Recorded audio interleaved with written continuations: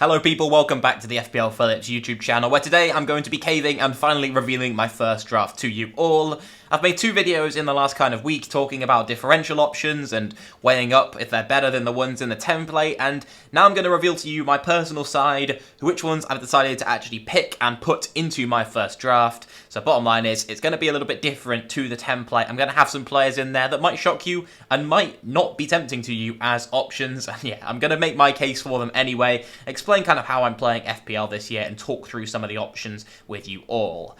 And we'll kick things off then with the goalkeepers, and it's going to be a bit of a provisional one with Onana at 5.0 million. Now, this draft does have 0.5 in the bank, so I could just spend it even if Onana was 5.5 million. But truth be told, I wouldn't go for him at that price. I would downgrade to either Ramsdale at 5.0, or I would just go for a 4.5 million keeper. My favourite of the lot would probably be Sam Johnston right now. So I would save some money if Onana was 5.5. In truth, I think he's going to be 5.0, and that's why I've been confident enough to put him in at this price point for this draft.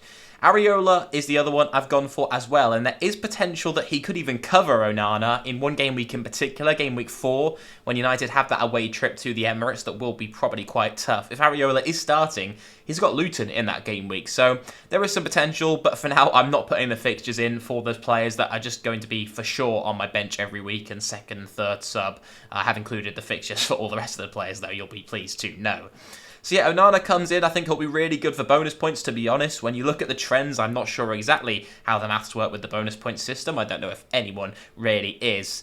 But Onana is very high for all those passes completed metrics, all the passes making. You know, we see that, we know that with him at Inter. We're going to see it translate over to the Premier League, where it does tend to be the keepers who have and score very high in those metrics that end up very high on the bonus points tallies at the end of the season. So I'm hoping Onana should be a lot better than De Gea in that regard, and hopefully he can bring some big points hauls.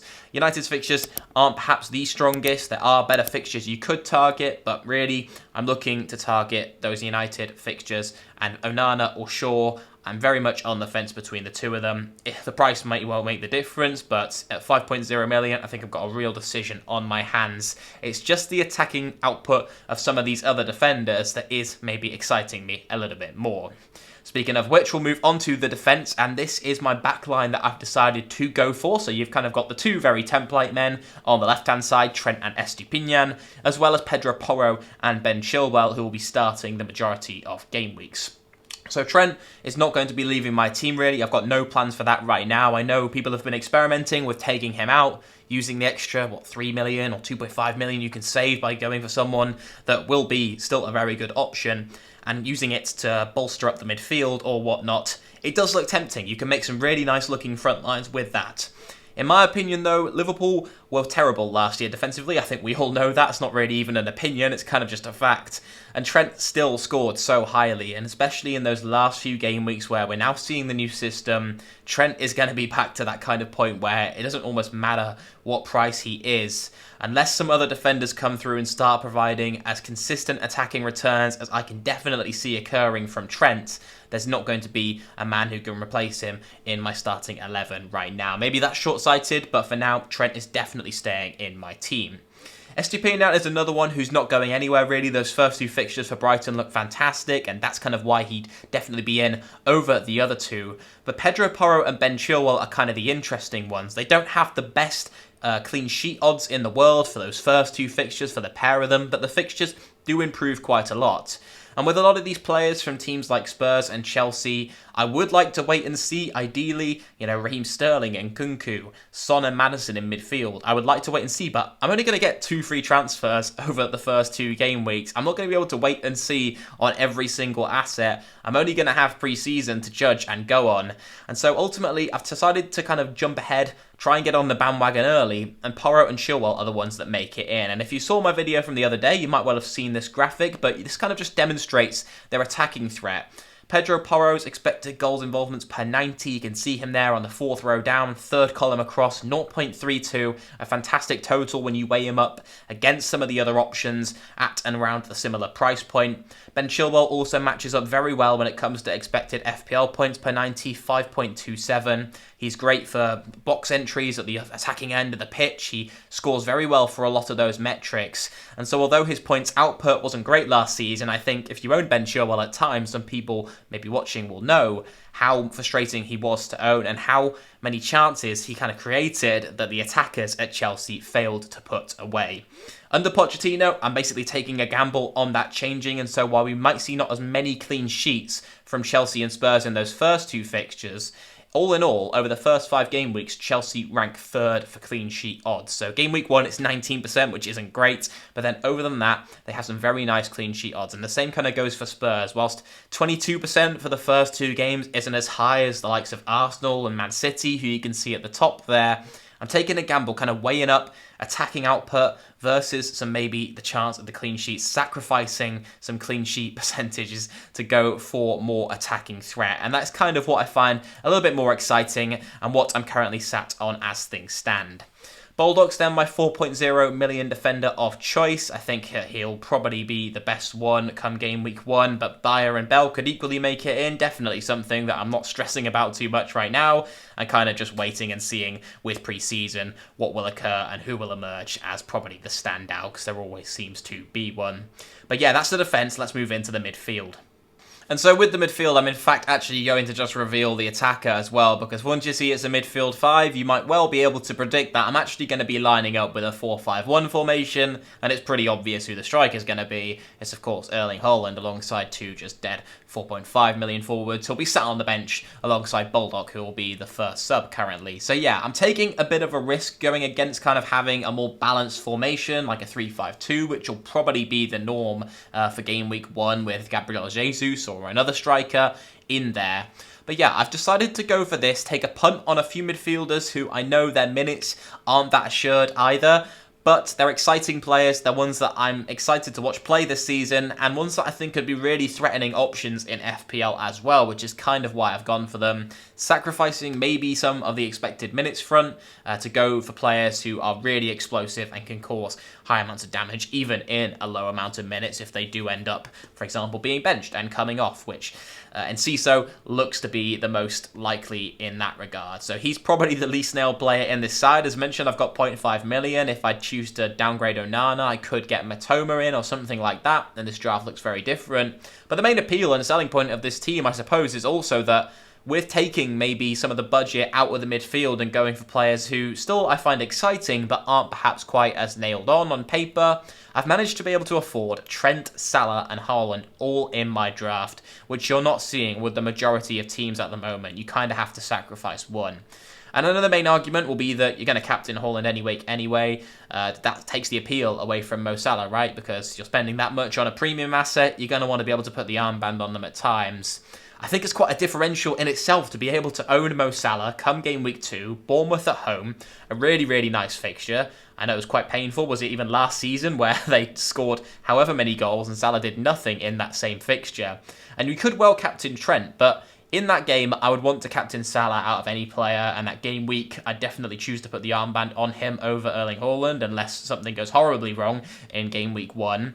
But yeah, you managed to afford him by going for these other 4 midfielders that I've grabbed, and also then not having that second striker in, basically, because it's quite a significant price difference between, Archer or Sturridge or any of the other ones I'd want to go for. So I'm saving the budget in that regard and being able to afford those 3 premium assets that people aren't really being able to get into their teams with the template at the moment. So in terms of touching on some of these assets, having a look at the 7.5 million midfielder bracket, Phil Foden makes it in for this reason. This graphic is from the video I made the other day, so I won't go and just blurge out the same points from that video, but Phil Foden, with his explosive nature, points per 90, looks fantastic when you weigh him up compared to the other options. Diogo Jota was actually more assured for minutes, even more assured than I would like, which is definitely saying something that he's not very assured for minutes at all. Then I'd really like him as well. But Phil Foden is the one that makes it in for now with how much it looks like he'll be able to start games in this Man City team right now, with Mahrez set to depart, De Bruyne still struggling with the injury. I think Foden's going to get more minutes, and he'll look fantastic, as he has done in previous years as well, and he's got the data to back it up. Even from the right-hand side, he probably won't be playing off the left with Grealish there, but he looks even more threatening per 90 right now with the data set that we've got from the right wing for Foden. With Arsenal as well, most of you will be asking, why do I not have Bukayo Saka in this side? It kind of comes down to data and, again, explosiveness. There's been times where Saka's been told to hug the byline, and he's been quite a frustrating asset to own in FPL. Not one that I actually fancy that much at times. And last season, I found him a little bit annoying to be in my team, and I do wish that I had Martinelli at points during the season. Don't get me wrong, when UCL comes into it and Champions League plays more of a factor and minutes are looking more at risk, because Martinelli does have Trossard and maybe even Smith Rowe to compete with for that left wing position, I may well make a transfer, or I'll probably have used a wild card by then, and I won't have Martinelli maybe in my side when minutes are that much at risk. But from the start of the season, I think that's when you can decide to take a little bit of a punt on minutes. Teams are going to be lining up with their strongest side to try and get a good start to the season. The risk of rotation isn't there as much as it is late on in the campaign. And that's my kind of thoughts as to why I will go for Foden and Martinelli from Man City and Arsenal, who have the two best chances of scoring 2+ goals in games, as you can see from this taken from Draft Hound. Man City and Arsenal, the two best attacks to target. I've then got Salah and Trent in from Liverpool, which is something you're not seeing in, as I mentioned, pretty much every team. Spurs, I can't quite squeeze in any of their other attackers, but Pedro Porro still offers some attacking threat in that Spurs side, and I think he should do very well this season. In my view, if Spurs are firing, then I think Porro is going to really shine and prove what kind of player he is, because I really do rate him personally. Then with Brighton, I've got Enciso in my side, and that is kind of the last main talking point of this entire video, really. Not going with any Manchester United attackers, and going with Enciso over going with someone like Matoma, who's a very, very popular option at the moment.